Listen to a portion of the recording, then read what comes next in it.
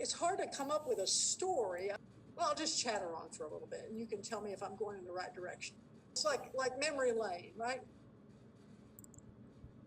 Actually, let's do it this way. Can you remember time? Time itself? Including 220 electricity in the house, so we're not used to that. We're used to 110 and 60 cycle. Overseas, in England, it's 220 with 50 cycles. So if you put a converter so you wouldn't burn up your record player and you plugged it in, it would play, the platter would go around 50 times instead of 60. So everything played a little slower on your. What is your clearest memory of light?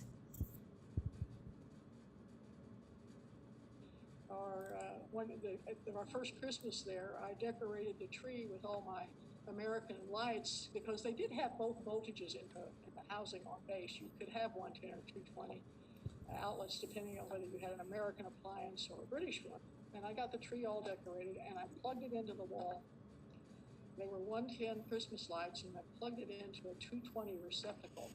I never saw such a bright Christmas tree in your life for about a half a second, and then all the bulbs blew out. We had to start over.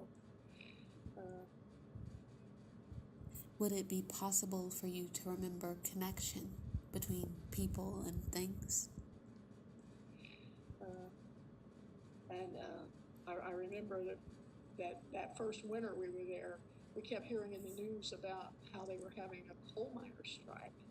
And, we're sitting in our little cozy house on base and thinking about those poor British people who are suffering because there's a coal miner strike, and never really imagined that it would touch our lives in any way until about the second week of the coal mining strike, when we discovered that our electricity was provided by steam generators that were fueled by coal.